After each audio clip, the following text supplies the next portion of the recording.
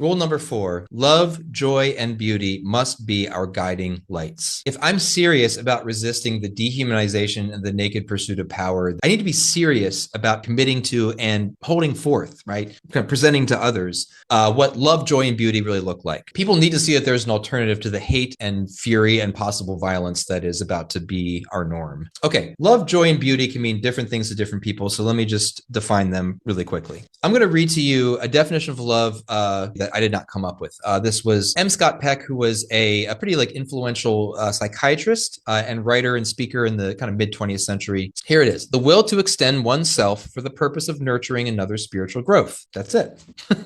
Now, I realize that the word spiritual might be triggering for some people if you're like a secularist or an atheist or like an ex-evangelical or whatever. For me, spiritual is a kind of a holistic term that just captures what it means to be human. When human beings are flourishing, when they are connected with each other, and if they so choose, to a higher reality or power, and there's cooperation and community and dignity and love, that to me is a spiritually nourishing environment. And this is the kind of love that I want to see more of in public. Like, imagine if our politics, like the actual policies that we passed, our economic policies, our immigration policies, what if all of them were reoriented and, reconstructed to put human flourishing and decency and what's best for as many people as possible at the center of it, instead of just what's best for a very small number of people. I realize that is completely countercultural to the kind of politics we see right now on both sides of the aisle, but this is part of what I'm doing here, right? This is part of what resistance looks like for me, is staking out a territory and saying, okay, this is the way things are going, but this is the way that I want things to go, and I'm going to do as much as I can to try to see that happen. I'll also say that if you're serious about love, you're going to be serious about diversity. If you really love the human race, you acknowledge that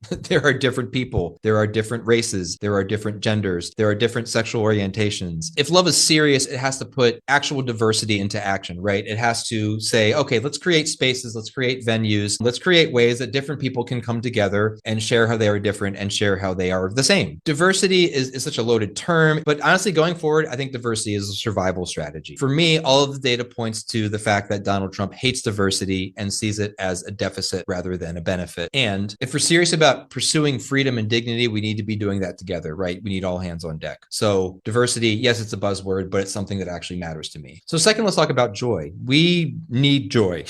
And by joy, I don't mean like consumerist, middle-class, suburban contentment, right? I have everything I need. My family is good. Joy is not the ability to buy whatever you want whenever you want it. Nor is joy some smiley, happy, like everything is fine, I'm just going to ignore all the bad stuff. It's not what I'm talking about. To quote the British punk band Idols, joy is an act of resistance. Joy is a choice. It's an internal orientation. It is a decision to face the awfulness of life that we all experience with a clear-eyed understanding of what is important and what is not. And despite all the bad, find what is good and celebrate that. Let me give you an example from some of the stuff that I teach on in some of my classes. So in several of my classes, I give a lecture on the history of hip hop culture. Open up a web browser and Google South Bronx 1970s and look at the pictures. New York City, in particular the South Bronx, was absolutely the worst, most bombed out, most destroyed, most decayed, most violent urban center in America. People all over the country who had never been to New York City or even any city knew what the South Bronx was because its destruction and devastation made such international headlines. And yet that is the environment that gave us hip hop culture. Hip hop culture started out as a bunch of kids, mostly Black and Puerto Rican kids, living in neighborhoods where in some cases 90% of the buildings had been destroyed by fire. Hundreds of thousands of people, mostly white people with money, had left the city over the course of several decades. Gangs were everywhere. Drugs was rampant. Violence was an everyday occurrence. And they got together with some spray paint and some turntables and some cardboard boxes for breakdancing on and created a joyful, beautiful, life-affirming culture, which has literally changed global youth culture. That's the kind of joy I'm talking about.